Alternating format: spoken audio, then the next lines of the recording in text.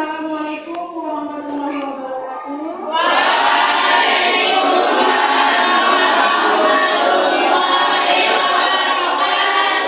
Apa kabar anak-anak sekalian? Baik, Bu.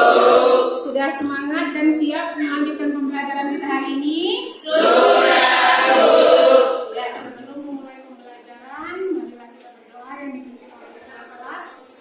Pada ketua kelas silakan pimpin doanya.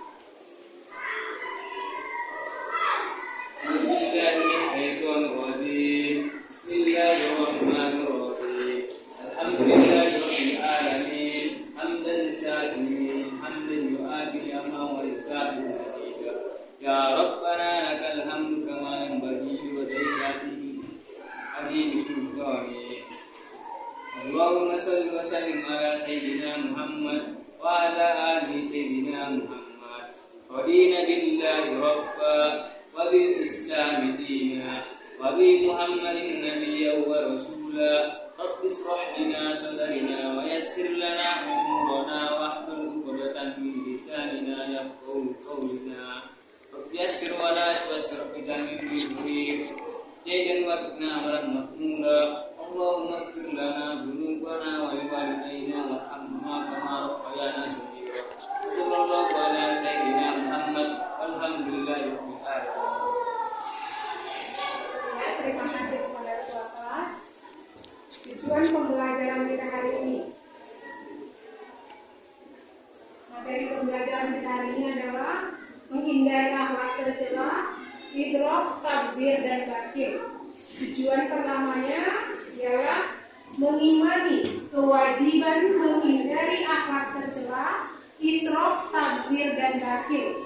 Yang kedua, membiasakan sikap bertanggung jawab dan peduli terhadap sesama sebagai cermin dari pemahaman menghindari akhlak tercela, israf, tabzir, dan bakhil. Tujuan yang ketiga, mengidentifikasi bentuk dan cara menghindari akhlak tercela, israf, tabzir, dan bakhil. Yang keempat, menyimpulkan bentuk dan cara menghindari akhlak tercela, israf, tabzir, dan bakhil. Yang kelima, mengkritisi bentuk dan cara menghindari perilaku israf, tabzir, dan bakhil. Yang terakhir, merumuskan hasil analisis tentang bentuk dan cara menghindari akhlak tercela, israf, tabzir, dan bakhil.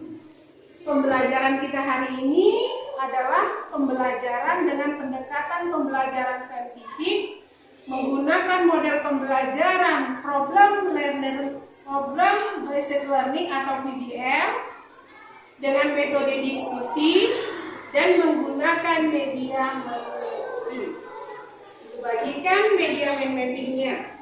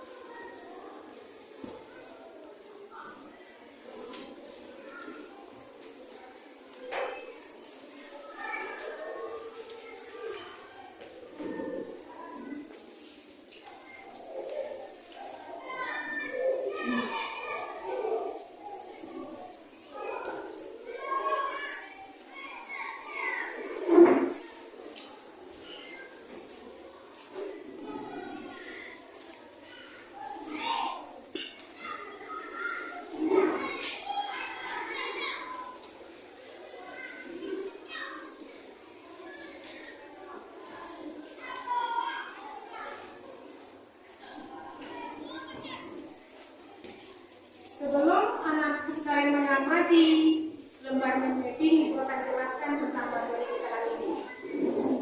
Materi kita hari ini adalah menghindari akhlak tercela, israf, tabzir, dan bakhil. Secara bahasa, israf berasal dari bahasa Arab asrafa yusrifu israfan, yang artinya bersukaria sampai melampaui batas. Sedangkan tabzir secara bahasa berasal dari bahasa Arab Bazara yubaziru tafsiron, yang dalam tafsir Departemen Agama mengartikan sebagai suatu perbuatan menghambur-hamburkan harta. Sedangkan bakil ialah menahan harta yang seharusnya ia keluarkan. Secara istilah, israf ialah suatu tindakan atau perbuatan yang dilakukan seseorang di luar batas kewajaran atau kepatutan. Dasar larangan israf ialah Quran Surah Al-A'raf ayat 31 yang menyatakan, yang artinya, hai anak Adam, pakailah pakaianmu yang indah ketika memasuki masjid, makan dan minumlah, dan janganlah berlebih-lebihan. Sesungguhnya Allah tidak menyukai orang-orang yang berlebih. Sedangkan tafsir secara istilah ialah suatu tindakan atau perbuatan menghambur-hamburkan harta, baik uang ataupun barang, dengan tujuan kesenangan semata. Dan bakil menurut Al-Jurjani dalam kitabnya At-Tarifat ialah menahan harta sendiri, menahan memberikan kepada diri sendiri dan kepada orang lain yang sebenarnya tidak boleh ia tahan atau ia cegah. Orang yang bakil itu orang yang punya harta, punya uang, tapi malas bersedekah, malas dia memberikan kepada dirinya sendiri. Contohnya kalau dia mau makan, dia malas kalau pakai uangnya sendiri. Maunya apa? Minta-minta sama orang lain. Dan malas berinfak. Kalau dia punya uang, dia sayang, takut hartanya berkurang. Ya, untuk melanjutkan pembelajaran kita selanjutnya, silakan anak-anak seluruhnya mengamati lembar mind mapping masing-masing.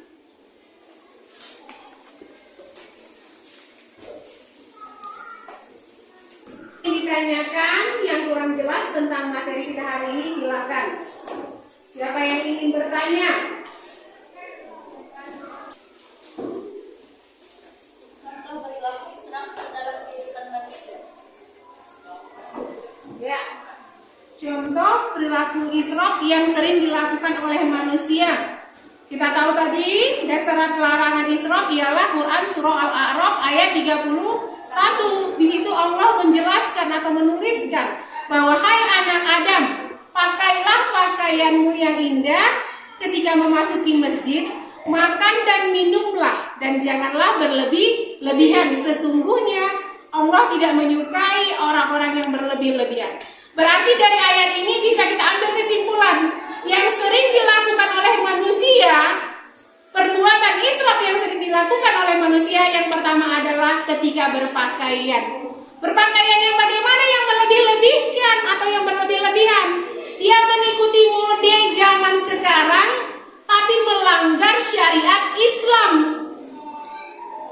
Dia berpakaian mengikuti zaman padahal tidak sesuai dengan syariat Islam. Itulah dia yang sering dilakukan. Yang selanjutnya, makan dan minum yang sering dilakukan oleh manusia yang berlebih-lebihan. Bagaimana makan dan minum yang berlebih-lebihan? Yang melebihi dari kadar nutrisinya. Setiap tubuh kita ada nutrisi yang harus masuk, dan itu harus disesuaikan dengan kebutuhan kita. Yang sering dilakukan manusia sekarang adalah makan dia sebanyak-banyaknya, sampai di sekolah dia tidur. Itu yang sering dilakukan. Makan dan minum yang berlebih-lebihan. Ya, untuk selanjutnya melanjutkan pembelajaran kita hari ini, silakan kita akan bentuk kelompok diskusi, mendiskusikan tentang materi kita, israf, tabzir, dan bakil. Silakan membentuk diskusinya.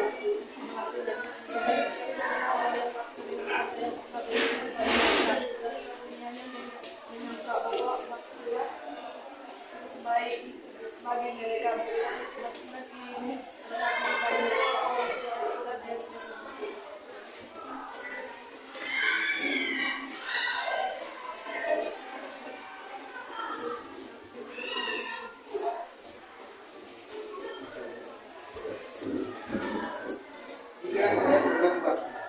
Harta yang ditahan-tahan yang akan diperlukan di harinya di hari kiamat sebagai firman, mengikuti jejak setan, terhalang masuk surga, rezeki menjadi sempit, menimbulkan malapetaka,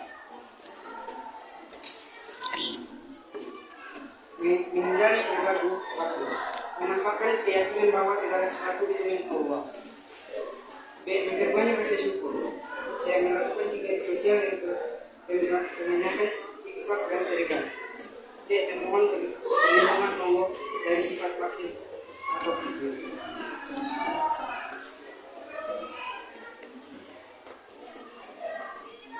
Ya, terima kasih anak-anak kami telah merumuskan hasil analisisnya tentang bentuk dan cara menghindari akhlak tercela, israf, tabzir, dan bakil. Semua sudah jelas tentang materi kita hari ini. Kalau masih ada yang ingin dipertanyakan, kita lakukan dengan sesi tanya jawab. Jadi ingin bertanya tentang materi kita hari ini, dipersilakan.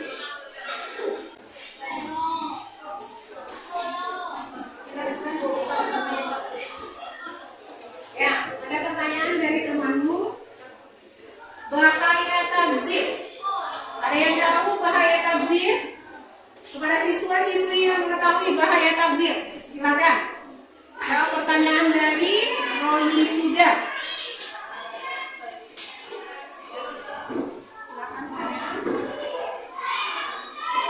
Orang yang memiliki perilaku tabzir di mata Allah merupakan saudara kita.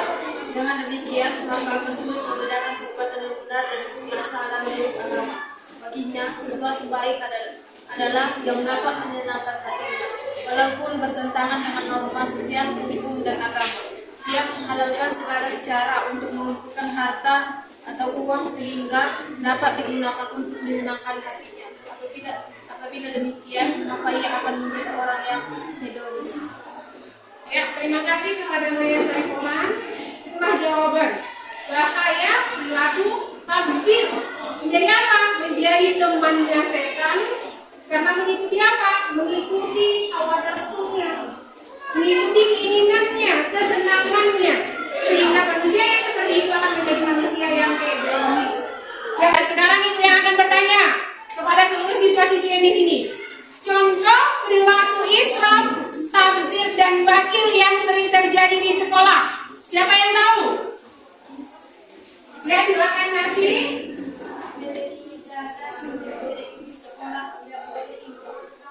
Ya, itu dia. Silakan kepada Sinarti jawabannya.